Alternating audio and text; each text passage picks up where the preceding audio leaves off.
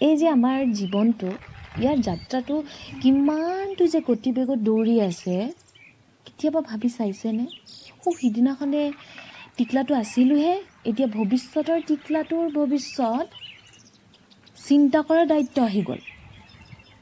তথাপিও কম, জীৱনটো কিন্তু বৰ ধুনীয়া দেই। যেনেকৈ কেতিয়াবা তিতা কমাবলৈ চেনি মিহলাই কম কম মিঠা তিতা সোৱাদ লওঁ, যেনেকৈ কেতিয়াবা টোপনি নাহিলে নিচুকাব শিকোঁ, কেতিয়াবা নোহোৱা কথাৰ টান কথাবোৰ গিলি হ'ব একো নাই বুলি হাঁহি লওঁ, কেতিয়াবা আকৌ মা দেউতা হ'ব লওঁ, ভাইটিৰ কেয়াৰটেকাৰ, ভণ্টিৰ পিয়ে আৰু এখেতৰ হিচাপ ৰখাজনী হৈ ৰওঁ। কেতিয়াবা এনে লাগে জীৱনটো যেন নোপোৱাবোৰ পাবলৈ ইচ্ছা নকৰি পোৱাবোৰ আঁকোৱালি লৈহে ধুনীয়া কৰিব পাৰি। মাত্ৰ হাঁহি থাকক আৰু নিজৰ ওপৰত বিশ্বাস ৰাখক, কাৰণ আজিলৈকে যিমান সমস্যাৰ সমাধান কৰিছে আপুনিয়ে কৰিছে আৰু ভৱিষ্যতেও আপুনিয়ে কৰিব।